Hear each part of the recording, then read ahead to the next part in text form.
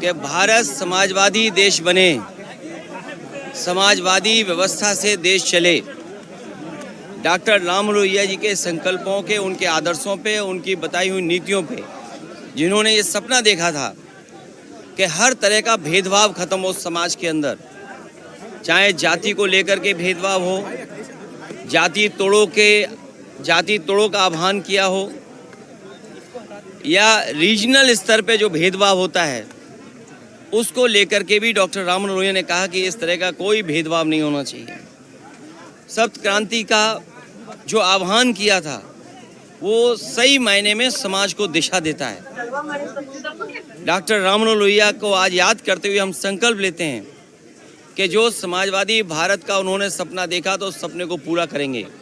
ये पार्क नेताजी ने बनवाया था और आज भी लखनऊ में लोगों के लिए या समाजवादी चिंतक विचारकों के लिए ये बहुत महत्वपूर्ण स्थान बन के उभरा है।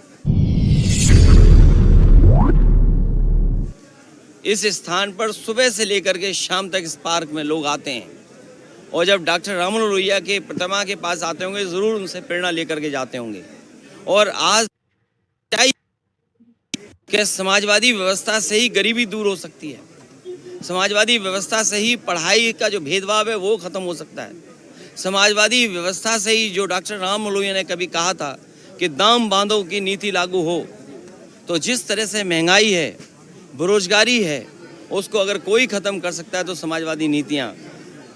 हालांकि जयप्रकाश जी ने संपूर्ण क्रांति का आह्वान किया था, महंगाई और भ्रष्टाचार उस समय की राजनीतिक परिस्थितियों को लेकर के सरकार को इस तरह का व्यवहार कल नहीं करना चाहिए था जिस तरह का सरकार ने व्यवहार किया था।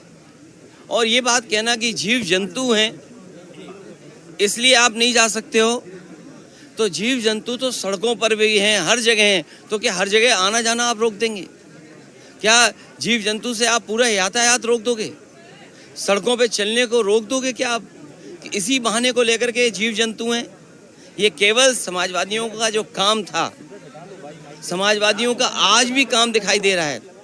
जयप्रकाश नारायण इंटरनेशनल सेंटर के सामने आज भी बीजेपी का विकास फीका है और उस ऊंचाई से देखो आप तो आप खुद महसूस करेंगे और उस बिल्डिंग को देखें कि आज के समय में भी वो सबसे मॉडर्न इंफ्रास्ट्रक्चर दिखाई देता है जो पब्लिक यूज़ के लिए थी। ये जो ओपन स्पेस आपको दिखाई दे रहा है, ये पार्क, ये समाजवादियों की देन है। चाहे आपका लोहिया पार्क हो, चाहे छोटे लोहिया जनरेशन पार्क हो। अब तो ये सरकार रख रखाव भी नहीं कर पा रही है, तो सोचिए वो महापुरुषों का सम्मान क्या करेगी। चेन्नई में आरएसएस प्रमुख आपको क्यों रोक, मतलब मोटिव क्या हो सकता है गवर्नमेंट का कि आपको जेबी पे जाने रोक दिया, यहाँ पे आप आ गए? तो जीव जंतु की बात है तो जीव जंतु यहाँ ज्यादा होंगे क्योंकि यहाँ हरियाली है, पार्क है, पेड़ पौधे हैं, हो सकता है जीव जंतु यहाँ हो। ये केवल बहाना था अपनी नाकामी छिपाने के लिए, क्योंकि आज भी जेपीएनआईसी जो बिल्डिंग, जो स्मारक दिखाई देता है वो भारतीय जनता पार्टी के हर विकास को फीका कर रहा है। तो उन्हें लगता है कि ये विकास जो है वो उनकी आंखों में चुभता है, उन्हें बुरा लगता है।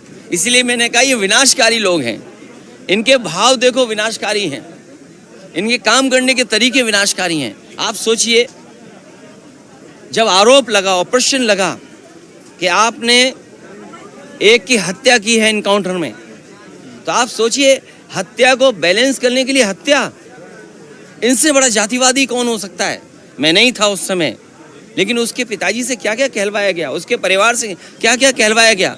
मुझे ठंडक नहीं मिली है, ठंडक मिली होगी तो इस प्रदेश के मुख्यमंत्री जी को ठंडक मिली होगी कि एक को मार करके दूसरे को मार करके बैलेंस करने की जो उन्होंने रणनीति अपनाई थी। ये तमाम वो चीज़ें हैं जो समाजवादी लोग कभी सोच भी नहीं सकते। किसी के साथ व्यवहार ऐसा समाजवादी लोग नहीं कर सकते। उस रिपोर्ट के हवाले से कहा है कि सभी स्टेट, सभी यूनियन टेरिटरीज में मदरसा बोर्ड बंद करना चाहिए और मदरसों की स्टेट फंडिंग रोक देनी चाहिए। देखिए ये भेदभाव का देश सबका है, सबका देश है। संविधान, लोकतंत्र और खास संविधान हमें अधिकार देता है, तो संविधान से जो चीज़ें व्यवस्थाएं बनी हैं, हर संविधान से बनी हुई चीज़ को ये उलटना चाहते हैं। ये वो लोग हैं जो नफरत पर राजनीति करना चाहते हैं, ये वो लोग हैं जो भेदभाव पर राजनीति करना चाहते हैं, ये वो लोग हैं धर्म को, जातियों को लड़ा करके राजनीति करना चाहते हैं। लेकिन ये अपने कामयाब नहीं होंगे। इस देश की जनता, समाज में बैठे हुए बुद्धिजीवी लोग, पढ़े लिखे लोग, वो सब महसूस कर रहे हैं कि भारतीय जनता पार्टी की जो भेदभाव की राजनीति है वो चलने वाली नहीं है। सर, आपने दो इंडेक्स को लेके किया था। देखिए, जब सरकार ये कह रही कि $5 ट्रिलियन की इकोनॉमी है और दुनिया में हम आगे बढ़ रहे हैं, हमारी अर्थव्यवस्था आगे बढ़ रही है, अगर हमारी अर्थव्यवस्था आगे बढ़ रही है तो आखिरकार हंगर इंडेक्स पे हम कहाँ खड़े हैं? 105वां स्थान, मतलब सबसे बुरा अगर स्थान किसी का तो भारत का है। और वहीं दूसरी तरफ अगर अर्थव्यवस्था बेहतर है तो आखिरकार आपका रुपया डॉलर के मुकाबले क्यों नीचे जा रहा है? तो ये तो तमाम वो सवाल हैं जो सरकार को जवाब देना चाहिए।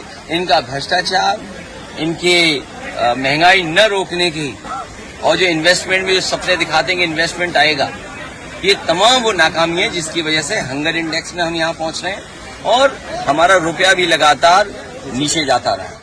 नमस्कार। एक अत्यंत गंभीर मुद्दा है जिससे मैं थोड़ी व्यथित हूं और इसलिए आपसे बात करना चाहती हूं। चुनाव या तो जीता जाता है या हारा जाता है। हरियाणा में चुनाव की हार के बाद जिस तरह से हमारी लीडरशिप के ऊपर आक्षेप और आरोप लगाए जा रहे हैं वो दुखद है। मैं समझ सकती हूं कि हमारे समर्थक निराश हैं, परेशान हैं। मैं आपके समर्थन की जबरदस्त इज्जत करती हूं, सम्मान करती हूं, लेकिन अनर्गल, अमर्यादित आरोप लगाना गलत है।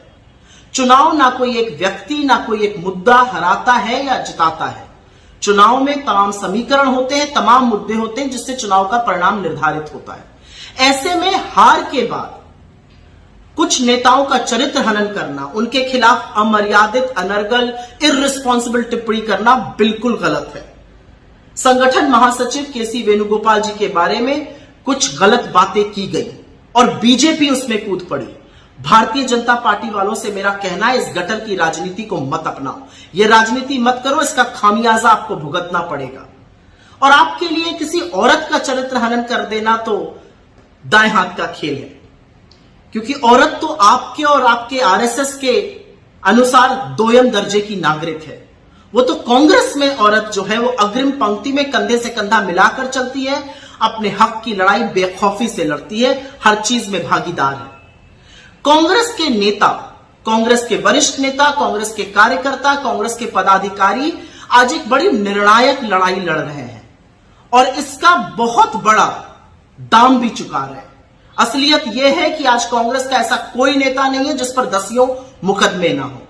तो ऐसे में अमर्यादित टिप्पणी करना, अनर्गल आरोप लगाना, इर्रिस्पॉन्सिबल स्टेटमेंट्स देना, उन लोगों के हिसाब से जो अपने आप को बीजेपी का आलोचक कहते हैं, ये याद रखिएगा कि आप इस महासंग्राम में तानाशाही के खिलाफ जो लोग लड़ रहे हैं उनका ज्यादा नुकसान कर रहे हैं इस तरह की बयानबाजी करके। आज वक्त है एक साथ, एक मुश्त होकर रहने का, एक साथ लड़ने का, आगे बढ़ने का। और बीजेपी से मैं सिर्फ ये कहना चाहती हूं, ये गटर की गंदी राजनीति मत करो, और अगर ये शुरू कर दी तो परिणाम भुगतने के लिए तैयार रहना।